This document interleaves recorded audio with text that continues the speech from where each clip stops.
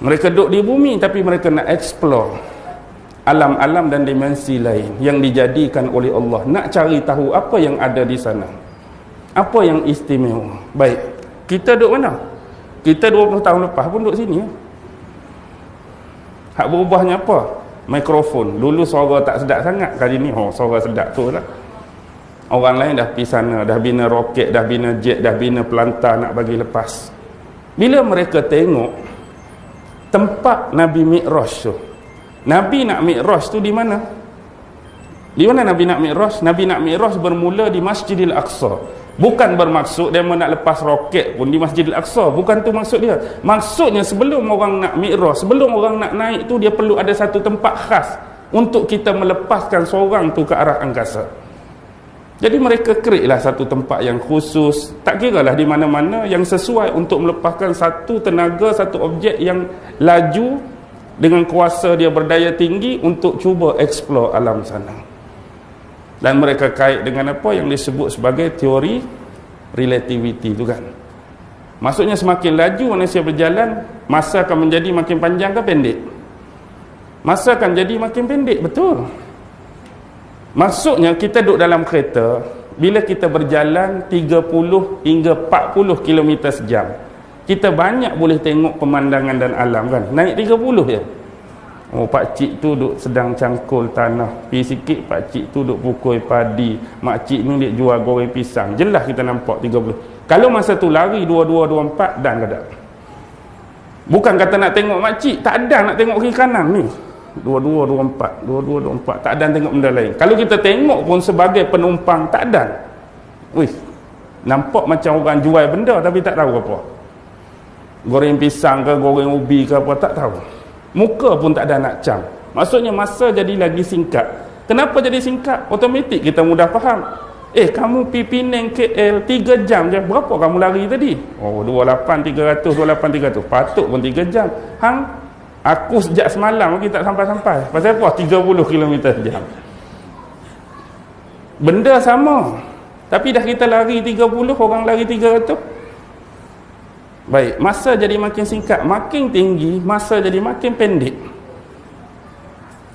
Baik, sebab tu dia mari teori twin tu. Teori twin tu kan ada dua saudara kembar tu kan. Seorang naik angkasa lepas, seorang duduk di bumi. Bila balik, apa jadi? Apa jadi? Salah seorang muda, salah seorang tua. Dulu dia buat perumpamaan macam mana? Seorang bapa dengan seorang anak. Seorang bapa dengan seorang anak macam ni. Anak tu umur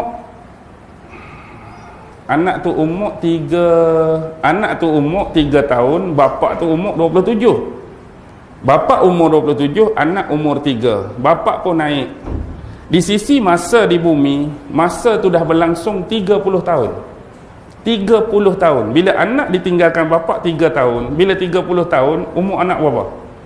33. Bila bapa tu turun, dia naik 27 tadi, umur dia baru macam 30. Jadi anak dah jadi lebih tua. Seolah-olah gambaran dia 30 tahun tu, bila masa yang sama duduk dimensi yang satu lagi, dia jadi 3 tahun saja. Makin pendek dia punya masa. Okey, baik. Bila cerita tentang universe dah, kita ambil sedikit ilmu dah macam ni. Dulu-dulu orang bercerita tentang apa? Tentang teori expanding universe. Lebih kurang teori expanding universe ni, kira saintis-saintis dulu pernah menganggap bahawa unsur-unsur dan material di alam langit ni, kita kata planet-planet ke apa saja duduk atas langit ni, dia statik, dia duduk tempat dia. Kalau dia ada kitaran sekalipun, maksudnya dia pusing pun duduk pusing setempat, duduk pusing situ lah.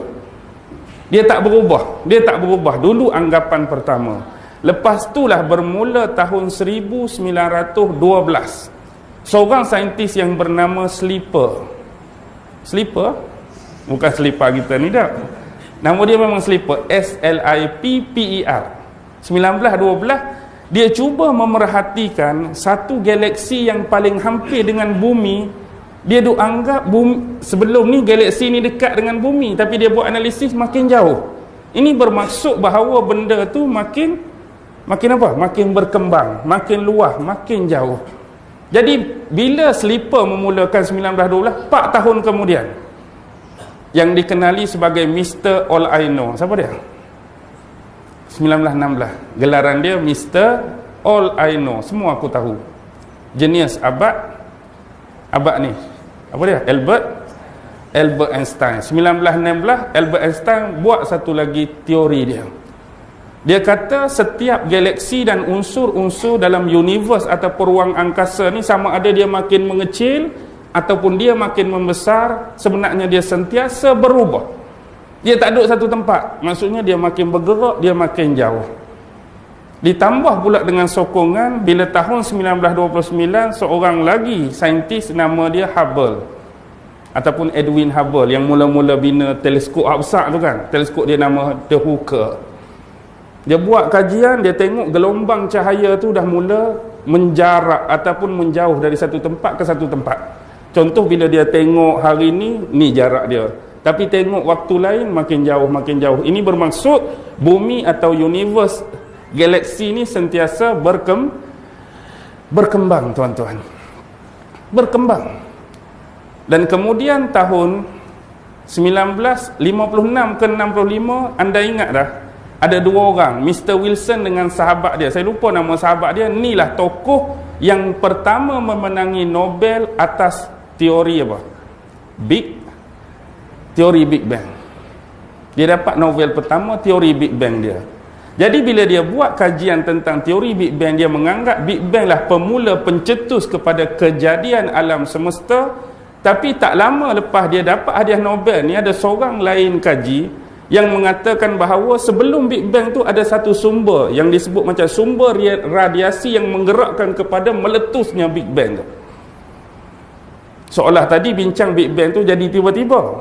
Hak ni sebelum jadi tu ada satu kekuatan yang panggil radiasi yang mencetuskan benda tu. Jadi dah jadi bercanggah lah dengan Mr. Wilson and sahabat dia, kawan dia tadi, dengan penemuan baru ni. Jadi akhirnya apa? Yang paling penting kita dapat di mana datangnya sumber radiasi tadi. Inilah yang disebutkan oleh Allah dalam surah Az-Zukhruf, surah yang ke-51 ayat yang ke-47. Tuan-tuan boleh baca, was-samaa'a banainaha bi'aidin wa inna lamusi'un. Sesungguhnya kamilah yang membangun, menetapkan dan memperkukuhkan langit, ruang angkasa ni dengan kekuasaan kami, wa inna lamusi'un, dan kamilah yang mengembangkannya. Allah yang create dan Allah lah yang mengembang, yakni menjarakkan dan membesarkan dia. Kemudian tahun 1980 mari pula hero Cambridge dengan Harvard University. Siapa hero Cambridge Harvard University? Teori Big Bang bangang tu. Apa dia? Stephen Hawking. Pernah dengar nama ni? Stephen Hawking ni sebenarnya dia ambil dah teori Big Bang ni, dia buat satu compilation. Kalau kita zaman kita kompilasi lagu-lagu rock kan, lagu-lagu syahdu, lagu-lagu cintan. Dia ni buat kompilasi analisis saintis sejak zaman Slipper tu 1912 sampailah zaman dia. Padahal bukan kerja dia sangat pun, ada orang lain bantu dia. Lalu dia buat satu rumusan. Dia nak tolak juga sumber radiasi yang menggerakkan dan mencetuskan Big Bang tu. Dia kata apa? Sebenarnya radiasi tu datang daripada black hole. Pula dah. Tadi orang mula-mula cerita pencetus pertama Big Bang. Lepas tu orang tambah ada sumber radiasi yang menggerakkan meletus tu. Lepas tu dia boleh pula habat radiasi tu datang daripada black hole. Kalau radiasi tu datang daripada black hole, mana dulu Big Bang ke black hole? Situ kita boleh baca dah. Sini baru Big Bang. Orang lain cuma tambah nak jadi tu ada sumber yang menggerakkan dia. Tiba-tiba dia boleh kata sumber menggerak tu datang daripada black hole. Automatik dah jadi Big Bang tu yang nombor 3 dah. Radiasi yang kedua, siapa yang first? Black hole dah. Benda ni mari daripada black hole. Contoh benda ni keluar daripada black hole, benda ni yang mencetuskan Big Bang. Siapa hak dulu? Black hole. Kenapa dia keluarkan teori black hole? Sebab dia nak mengatakan bahawa semua unsur-unsur material di ruang angkasa ni ada tenaga dan graviti yang tersendiri. Dengan tenaga dan graviti mereka memulakan penciptaan dan meneruskan kelangsungan mereka. Dengan kata lain, sebenarnya teori ini digunakan untuk apa? Untuk menafikan campur tangan Tuhan dalam the universe creation.